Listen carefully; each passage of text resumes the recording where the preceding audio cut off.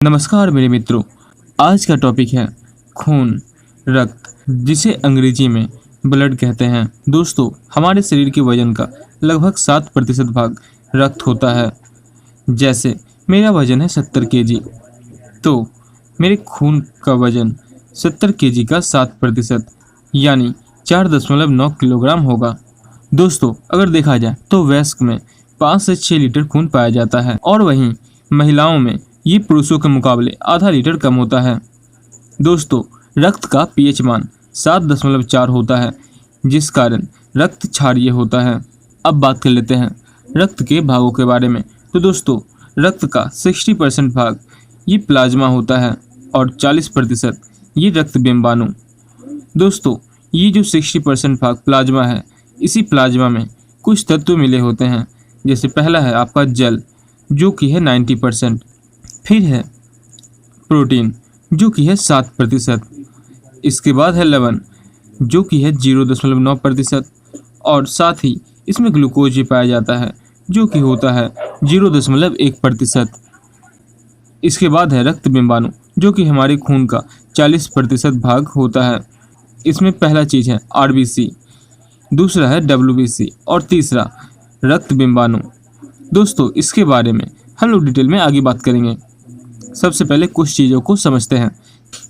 दोस्तों, जैसा कि आपने यहाँ देखा कि मेरा वजन है 70 किलो और मेरे शरीर में मौजूद खून का वजन है 4.9 किलोग्राम। तो चलिए मैं इसे राउंड फिगर कर लेता हूँ, सीधे सीधे 5 किलोग्राम।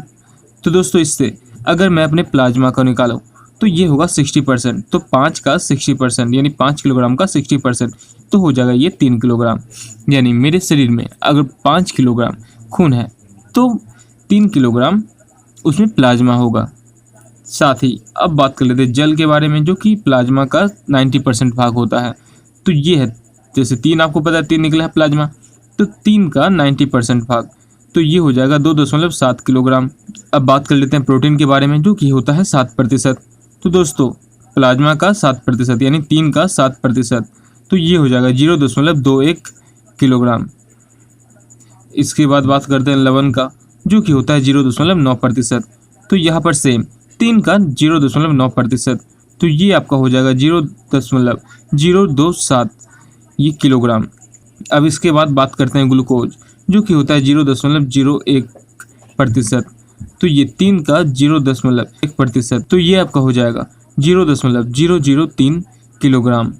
अब आगे बात करते हैं आरबीसी यानी लाल रक्त कणिकाएं यानी रेड ब्लड सेल। तो दोस्तों, रेड ब्लड सेल का निर्माण बोन मैरो में होता है। इसका जीवन काल 20 से 120 दिन तक का होता है। इसकी मृत्यु यकृत और प्लीहा में होता है, जिस कारण यकृत और प्लीहा को आरबीसी का कब्र भी कहते हैं। दोस्तों, हमारे शरीर में आरबीसी के निर्माण में किन किन चीज़ों की जरूरत होती है, तो चलिए उसे जान लेते हैं। सबसे पहला है प्रोटीन, साथ ही है आयरन, विटामिन B12 और फॉलिक अम्ल। और आरबीसी का मुख्य कार्य हर कोशिका में यानी हमारे शरीर के हर एक कोशिका में ऑक्सीजन और कार्बन डाइऑक्साइड का आदान प्रदान यानी संवहन करना है। दोस्तों, आरबीसी में हीमोग्लोबिन होता है। यहाँ पर हीमोग्लोबिन 2 शब्दों से मिलकर बना है। पहला है हीमो, जो कि एक रंजक है और इसी कारण हमारा रक्त का रंग लाल दिखाई देता है। और बात करते हैं ग्लोबिन की, तो ये एक लौह युक्त प्रोटीन है, जो कि हमारे शरीर में ऑक्सीजन और कार्बन डाइऑक्साइड का आदान प्रदान रक्त के द्वारा करता है। दोस्तों, हीमोग्लोबिन की मात्रा कम होने पर रक्तहीनता होती है। और आपको ये जानकर बड़ी हैरानी होगी कि सोते समय हमारे शरीर में आरबीसी की मात्रा 5% कम हो जाती है। लेकिन जब कोई व्यक्ति 4200 मीटर की ऊंचाई पर हो तो उसके शरीर में आरबीसी की मात्रा में 30% की वृद्धि हो जाती है।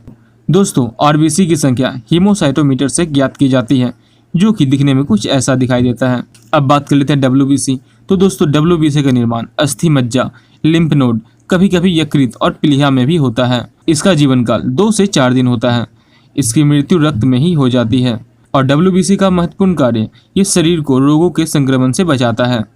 दोस्तों, डब्ल्यूबीसी का 60 से 70% भाग न्यूट्रोफिल्स होता है। न्यूट्रोफिल्स रोगाणुओं और जीवाणुओं का भक्षण करता है। अब बात कर लेते हैं रक्त बिंबाणु के बारे में। तो दोस्तों, रक्त बिंबाणु अस्थि मज्जा में बनता है यानी बोन मैरो में बनता है। ये केवल स्तनधारियों में ही होता है। इसका जीवन काल 3 से 5 दिन तक का होता है। इसकी मृत्यु प्लीहा में होती है। और रक्त बिंबाणु का मुख्य कार्य रक्त का थक्का बनाना है और अगर किसी व्यक्ति को डेंगू हो जाता है तो उस व्यक्ति के रक्त में रक्त बिंबाणु की कमी हो जाती है। अब बात कर लेते हैं रक्त के कार्यों के बारे में कि रक्त कौन कौन सा कार्य करता है। तो दोस्तों, रक्त हमारे शरीर के ताप का नियंत्रण करता है, साथ ही ये रोगों से हमारे शरीर की रक्षा भी करता है। रक्त का थक्का बनाना भी ये रक्त का कार्य ही है। ऑक्सीजन और कार्बन डाइऑक्साइड का संवहन ये भी रक्त के द्वारा ही किया जाता है। पचा भोजन, उत्सर्जी पदार्थ तथा हार्मोन का संवहन भी रक्त द्वारा ही किया जाता है और साथ ही ये लैंगिक करण में सहायता करता है और इसके अलावा ये विभिन्न अंगों में सहयोग भी प्रदान करता है। दोस्तों, अगर ये वीडियो अच्छा लगा तो इसे लाइक करें, शेयर करें और हाँ, सब्सक्राइब करके नोटिफिकेशन बेल आइकन को ऑल पर सेट कर दें। धन्यवाद।